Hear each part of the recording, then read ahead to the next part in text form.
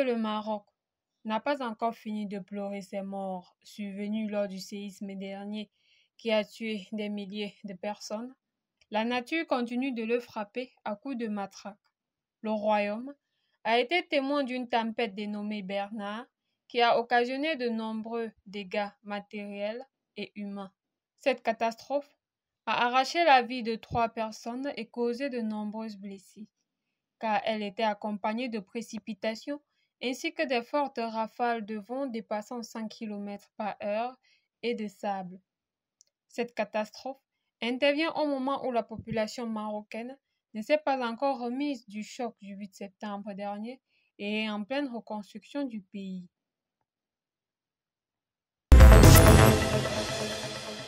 Ceux qui ont donné leur vie pour la patrie ne doivent pas être oubliés.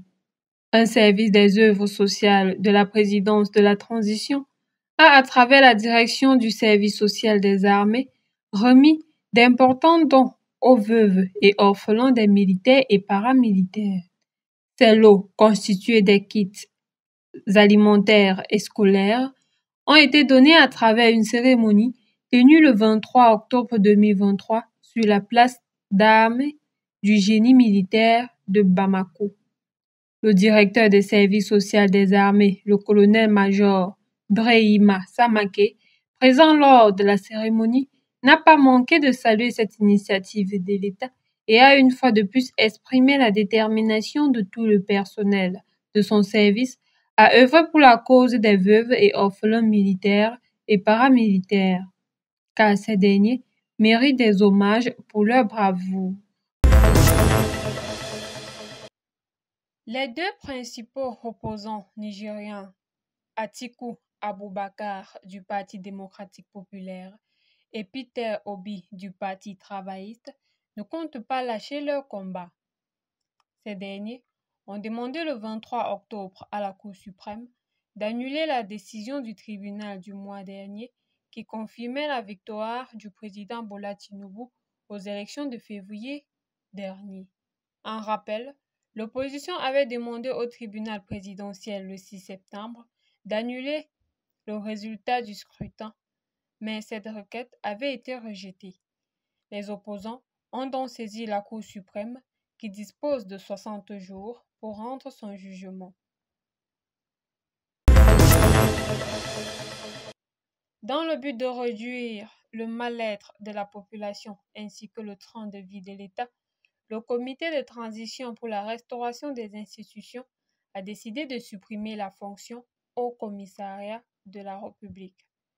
Ceci ressort d'un communiqué du CTRI relayé le 23 octobre à la chaîne nationale gabonaise. Ce dernier a par ailleurs annoncé la réduction de la médiature de la République qui est désormais constituée juste d'un médiateur de la République et son adjoint. Ces décisions sont dans le but de supprimer des postes inutiles afin de récupérer des fonds qui étaient destinés à des fins d'intérêt du pays. En rappel, le nouveau patron gabonais, Oligui Nguema, a récemment renoncé à son salaire de président de la République et supprimé certains avantages dont les députés et sénateurs héritaient. Le bien-être des Gabonais est primordial. Il était pratiquement 7h30, heure locale, lorsque Emmanuel Macron a atterri à Tel Aviv, en Israël, le 24 octobre. Le président Macron est venu apporter son soutien en présentiel aux Juifs. Une position qui n'est pas étonnante, étant donné que la France a toujours soutenu Israël dans ses actes criminels contre l'humanité, arguant que ce pays du Proche-Orient a le droit de se défendre. Lors de sa rencontre avec le président israélien Isaac Herzog, le locataire de l'Élysée a affirmé que son pays est lié à Israël par le deuil.